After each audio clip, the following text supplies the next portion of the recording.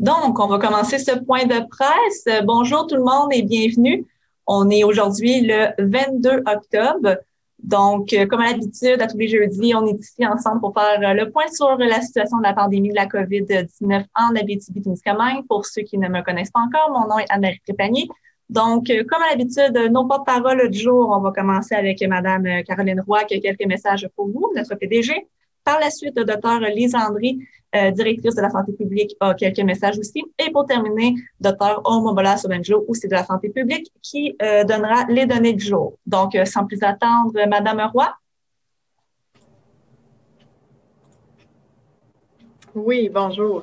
Donc, merci encore une fois d'être avec nous aujourd'hui pour qu'on puisse vous partager certains messages dans ce contexte pandémique.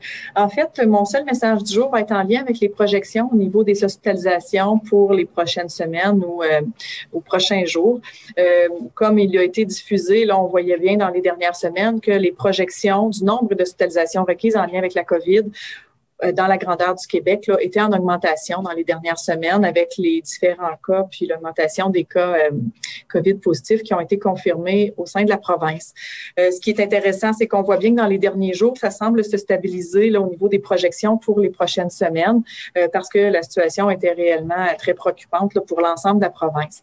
Je veux vous rassurer en vous mentionnant, comme je vous l'ai déjà dit, qu'il est très peu probable qu'on atteigne notre capacité maximale d'hospitalisation au sein de notre région. Actuellement, dans les projections, en fonction de la deuxième vague au niveau des données connues du virus, là, puis avec l'expérience de la première vague et en fonction du profil aussi des cas confirmés COVID positifs dans cette deuxième vague qui sont complètement différents, là, vous l'avez vu, de la première vague où c'était réellement les installations avec les milieux de vie vulnérables qui étaient principalement affectés.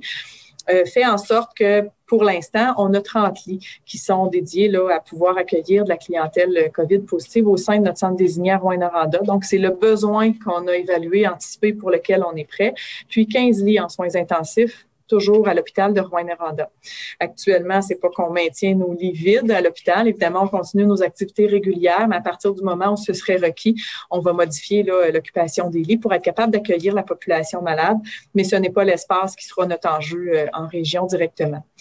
La situation n'est pas moins préoccupante. Je suis certaine que vous avez entendu le premier ministre et le ministre de la Santé ce midi en parler. Donc, évidemment, on doit s'assurer de diminuer le nombre de nouveaux cas chaque jour en province. Notre réalité régionale, elle est encore très bien, mais notre réseau de la santé n'est pas moins précaire ou vulnérable face à une telle situation. Donc, c'est encore le même message. Respectons les mesures et diminuons le nombre de contacts. C'est réellement le message qu'il faut continuer à observer en région parce que la réalité qu'on observe dans notre région, c'est parce que les gens ont respecté les mesures. On le sait, on a la chance aussi d'être effectivement une région qui est plus isolée, mais il y a quand même une grande mobilité là, avec notre main-d'œuvre qui est les mineurs ou d'autres types d'emplois là, qui se promènent entre les différentes régions, mais on réussit tout de même à garder un contrôle sur la situation. On en demande beaucoup à la population. Ça fait déjà plusieurs mois qu'on est dans cette situation-là, mais on est présentement dans la meilleure situation dans laquelle on pourrait se trouver au sein de notre société. On continue à avoir plusieurs de nos activités qui sont possibles différemment. Les restaurants sont ouverts, les commerces sont tous ouverts. On est capable d'avoir une certaine vie sociale là, qui se rapproche un peu plus de la normale. Donc, demeurons en respect des différentes mesures. C'était mon message aujourd'hui, Mme Trépanier. Merci beaucoup, Mme Roy. Donc, je passe maintenant la parole à Dr. Landry. Oui, bon après-midi à tous. Merci, Caroline, pour ces messages. Et mon message principal aujourd'hui, ce serait pour enchérir sur la semaine de relâche qui s'en vient, je pense, sous peu. Dans le fond, là, je m'adresse aux parents qui vont recevoir leurs étudiants à la maison, bien que ce n'est pas recommandé de se déplacer d'une zone orange et rouge à une zone jaune. Mais on comprend que certains enfants ont le goût de se retrouver dans la bulle familiale, retour aux sources dans la région pour cette période. Alors, c'est important de respecter les consignes, comme on l'a déjà dit, les règles qui s'appliquent, suivent les étudiants, vos enfants, lorsqu'ils arrivent dans une zone jaune. Donc, S'ils arrivent d'une zone rouge, par exemple, qu'ils n'ont pas le droit de fréquenter les restaurants, les gyms, les bars, on leur demande de respecter les mêmes consignes ici, de se limiter à la bulle familiale. C'est sûr, s'ils veulent voir leurs amis, ils peuvent le faire quand même, mais à l'extérieur, en plein air, à 2 mètres de distance, en prenant une belle marche chantée. Ça peut toujours se faire, mais s'il vous plaît, n'allez pas dans les restaurants, gyms et bars. Et évitez de participer à des activités sociales, bien sûr, et donc restreignez vos activités au contexte familial, tout en respectant à la maison les mesures que vous connaissez bien, distanciation de 2 mètres, lavage de mains, etc. Et pour les parents, une fois que votre enfant sera parti pour retour au cégep université, donc c'est important dans les 2 semaines qui suivent de limiter les contacts sociaux et de surveiller l'apparition des symptômes qui s'apparentent à la COVID-19, puis dès s'il y a apparition des symptômes, de s'isoler, de passer un test de dépistage, parce que comme vous le savez, quand vos enfants vont arriver, souvent aussi, les personnes asymptomatiques peuvent transmettre le virus quelques jours avant l'apparition des symptômes. Votre enfant peut arriver, sembler bien correct, mais il peut être quand même possible pour lui de transmettre le virus. Fait que somme toute, ce serait mon message pour aujourd'hui. Merci. Merci beaucoup, Madame Landry. On est maintenant rendu aux données du jour avec Dr. Sobanjo. Oui, bonjour. Bonjour à tout le monde. Bon après-midi. Est-ce que vous m'entendez? Oui, Dr. Sobanjo, on vous entend très bien. Bon, merci. Donc, pour ce qui est des données épidémiologiques concernant la COVID en région, donc depuis le mi-septembre, nous avons eu 57 cas confirmés, aucun nouveau cas dans les dernières 24 heures. Et la majorité de nos cas se trouvent dans l'AMRC de Rouyn-Noranda avec 29 cas et l'AMRC de Vallée de l'Eau avec 22 cas. Les 3 autres MRC ont chacun moins de 5 cas depuis le début de 12e vague. Nous avons actuellement 40 de ces 57 personnes qui sont rétablies, nous laissant avec 17 cas actifs. Heureusement, nous n'avons pas eu de décès depuis le début de 12e vague. Nous avons actuellement 3 personnes hospitalisées pour la COVID dans notre hôpital régional, le centre désigné pour la COVID en région. Si je vous rappelle, dans la semaine de 4 à 10 octobre, nous avons eu 23 cas confirmés, alors que la semaine de 11 à 17, nous avons eu 11 cas confirmés. Et depuis le début de cette semaine, le 18 jusqu'au 21, nous avons eu 3 cas. Donc, la situation s'évolue bien en région et on vous prie de continuer à respecter des consignes et d'être vigilante. C'est très important pour pas que, parce que vous avez vu, là, on a parti avant début octobre, on avait moins de cas. Tout à coup, on a monté jusqu'à 22 cas dans une semaine. On a réussi à le baisser, mais c'est par vigilance et par le rigueur dans l'application de mesures qu'on arrive à contrôler la situation en région. Également, nous avons diffusé des informations en lien avec les priorisations ou les critères qui doivent passer un test de dépistage et les personnes qui n'ont pas besoin d'aller passer un dépistage. Cela aide à répondre aux questions qu'on reçoit souvent pour comment nous on définit un contact. Donc, au moins, vous allez pouvoir savoir que si vous êtes l'entourage de quelqu'un qui a été identifié comme contact par la santé publique, vous n'avez pas besoin d'aller passer un test. C'est les personnes qui ont été identifiées comme contact ou les personnes qui ont été référées à aller faire un test de dépistage par la santé publique ou ceux qui présentent des symptômes et qui ont reçu une recommandation en utilisant l'outil d'auto-évaluation sur le site ou en appelant la ligne en 877 qui peuvent aller passer un test de dépistage. Merci. Merci beaucoup, Dr. Sobanjo. Donc, nous sommes déjà rendus à la période de questions. Comme à l'habitude, vous pouvez allumer vos micros ou par écrit. J'ai déjà des questions par écrit, donc j'irai avec la première venant du citoyen. Combien de cas sont présentement hospitalisés? 3. Et aucun en soins intensifs. Merci beaucoup. J'irai avec la deuxième question à l'écrit tout de suite. La FIC régionale était présente aujourd'hui au CHSLD de Macamic pour informer et dénoncer aux familles des résidents les conditions de travail dans les CHSLD de la région. On le sait bien, les ratios résidents-infirmières sont très élevés en Abitibi-Témiscamingue et plusieurs familles se disent inquiètes. Qu'avez-vous à dire aux familles touchées?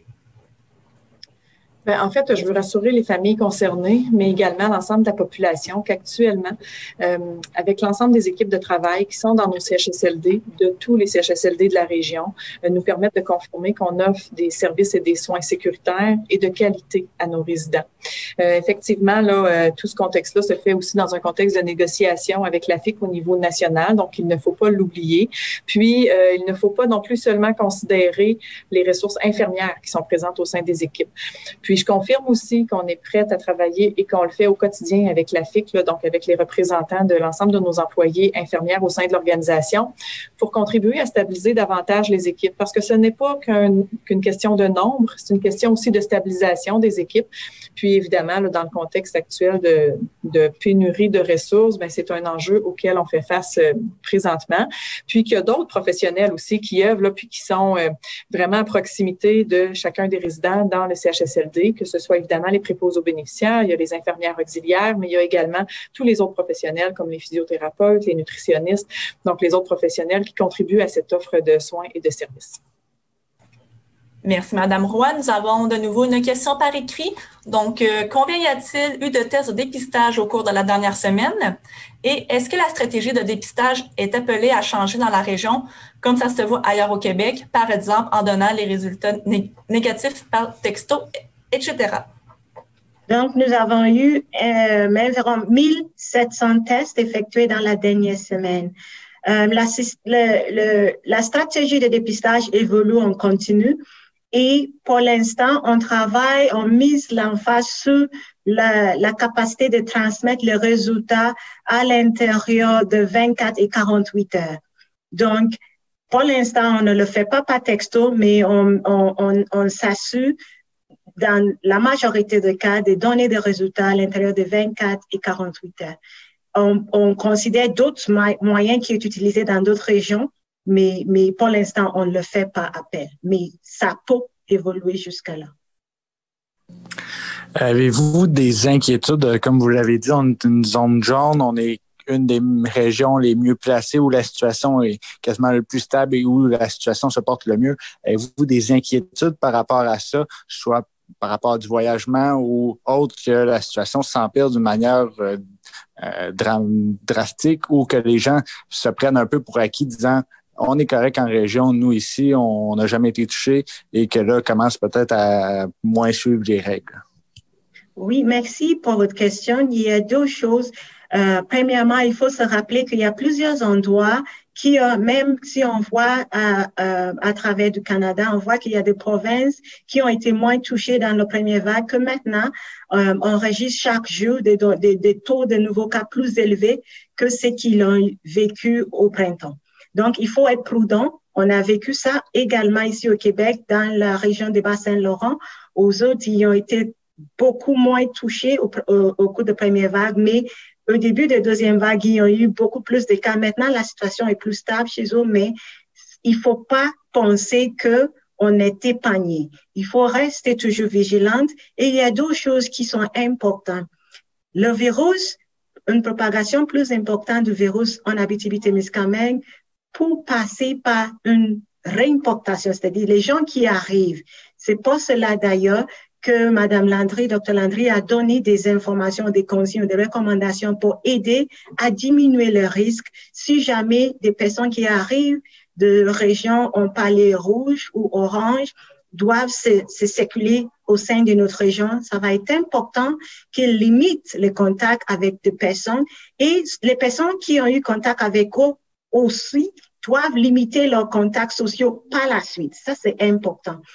Deuxième chose, c'est qu'il faut qu'on garde nos respects de mesures. Il faut qu'on reste vigilante parce que ce qu'on a vécu il y a 3 semaines, c'est que les gens, il y a une importation qui est arrivée, mais par la suite, au sein de notre région, il y avait de relâchement. Donc, les gens ont pensé qu'on est correct, c'est pas grave si on met pas le masque ou si on fait pas comme on devrait faire. Et c'est pour cela, d'ailleurs, qu'on a eu 23 cas dans une semaine.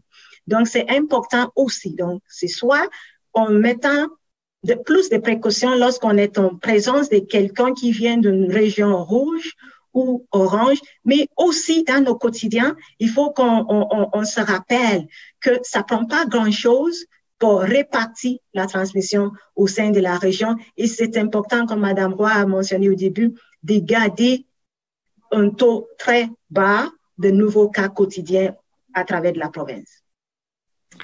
Est-ce qu'il y a plusieurs personnes qui se disent je vais me faire tester avant de m'en venir, comme ça je vais être certain.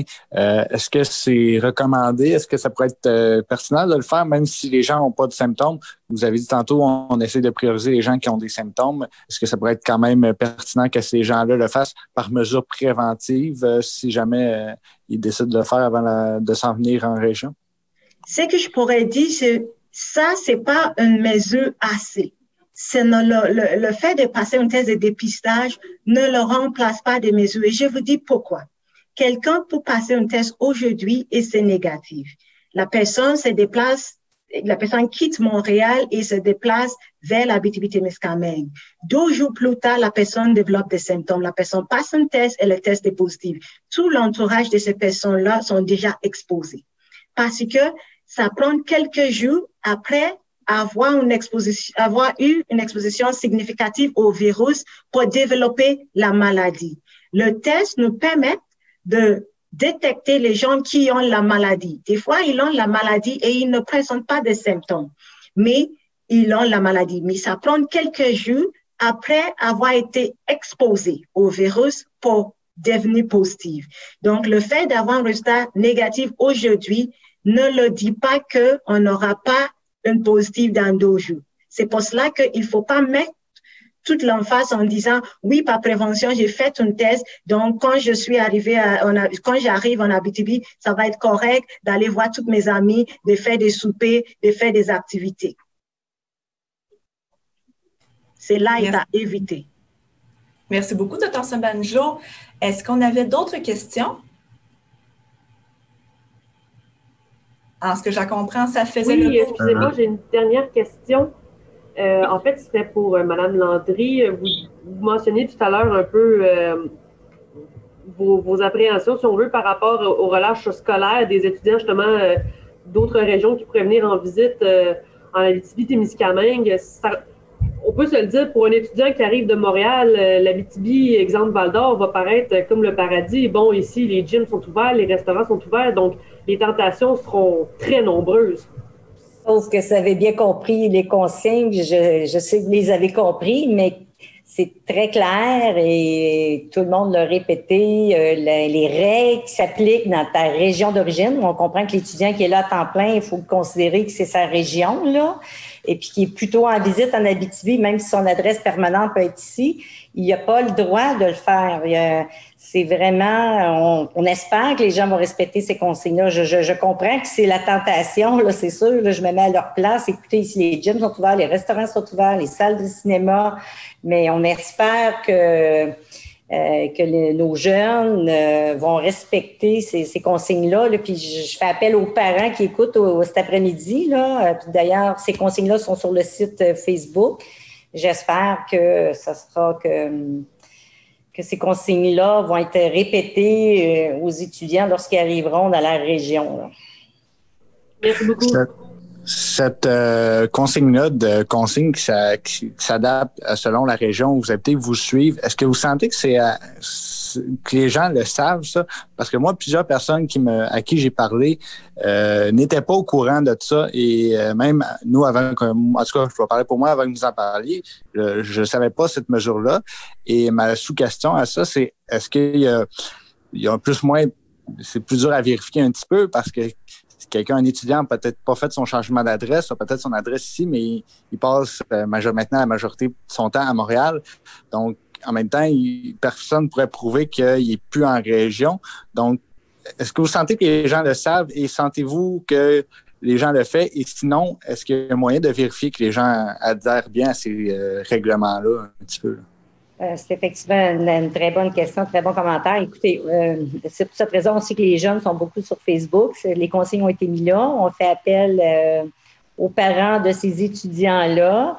À quelque part, je pense que les gens le savent, mais vous savez, c'est tentant de pas suivre les règles, là, mais on espère, en tout cas. Moi, je fais confiance à nos jeunes pour suivre ces consignes-là. Écoutez, en espérant qu'il n'y aura pas trop de cas suite à cette semaine de relâche-là. Je ne sais pas si le Dr. Sabadjo voulait compléter. Oui, je voulais juste dire qu'il faut se rappeler que le contrôle de la pandémie, là, c'est une responsabilité de tous. Et à plusieurs reprises, je le dis, que s'il y a un succès, si on constate que le virus se propage moins ici, c'est parce que tout le monde collabore et tout le monde fait sa part. Si les élèves ou les étudiants arrivent, ils ont des gens autour d'eux, ils ont des entourages. Et on a dit qu'ils peuvent profiter des activités en famille, juste en limitant les activités à ceux qui se font en famille. Il faut aussi se rappeler que la raison pour laquelle on fait tout ça, c'est pour protéger la population. Il y a une raison en arrière, c'est pour sauver des vies, c'est pour sauver nos ressources. Donc, si tout le monde est conscient de ça et si tout le monde veut continuer à pouvoir aller au resto et à pouvoir profiter de tout ce qui est ouvert, au gym et tout, ça va être important que nous tous fassions nos pas et faire des rappels nécessaires aux personnes qu'on constate que ne le respectent pas pour leur faire comprendre pourquoi c'est important de pouvoir le faire. Est-ce qu'on avait d'autres questions? Je crois que ça faisait le tour pour aujourd'hui. Donc, merci tout le monde encore une fois de vous être présenté en aussi grand nombre et on se dit à la semaine prochaine.